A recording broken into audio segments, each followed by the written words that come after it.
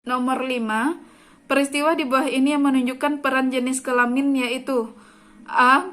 Agus mempersiapkan hidangan untuk makan malam. B. Sharon sering dianiaya oleh suaminya.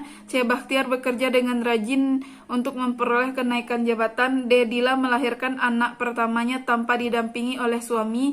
Atau E. Fatwa seharian mengasuh anak tunggalnya dengan penuh kasih sayang. Nah, di sini kata kuncinya peran jenis kelamin. Maka yang tepat itu yang D. Dila melahirkan anak perempuan. Nah, perempuan ya, jenis kelamin perempuan perannya apa? Ya, udah jelas dia melahirkan ya. Nomor 6.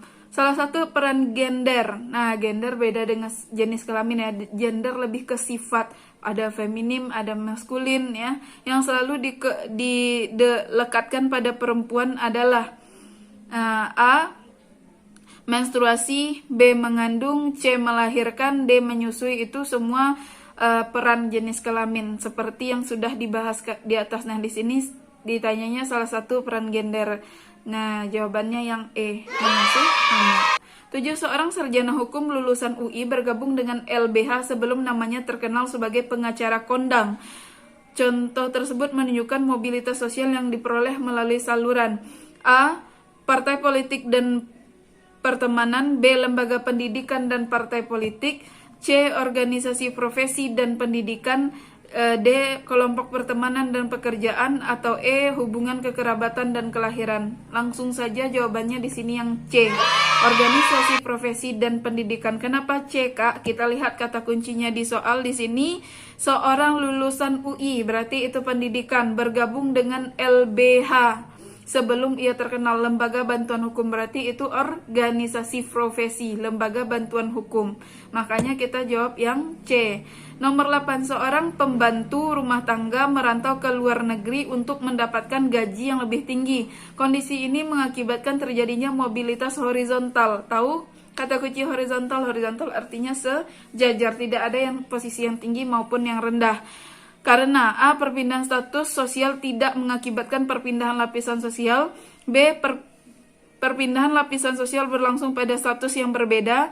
C. Perpindahan lapisan sosial dilakukan atas kehendak sendiri. D. Mobilitas sosial didukung oleh kondisi pekerjaan dan kehendak individu.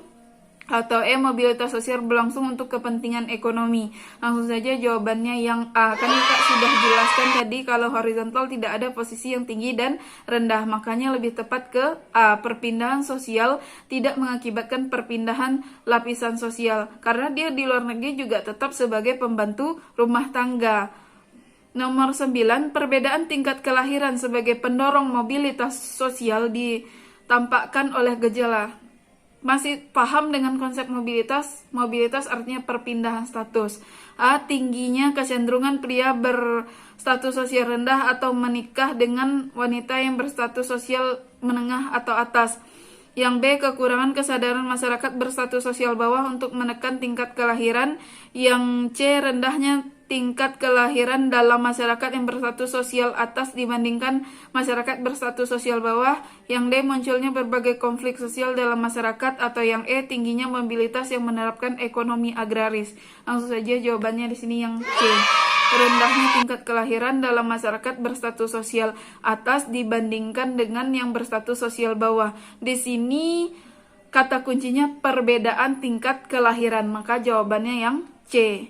Nomor 10. Penyelesaian konflik dilaksanakan kedua belah pihak yang terlibat. Mereka secara bersama-sama sepakat menunjuk pihak ketiga pembuat keputusan untuk menyelesaikan konflik.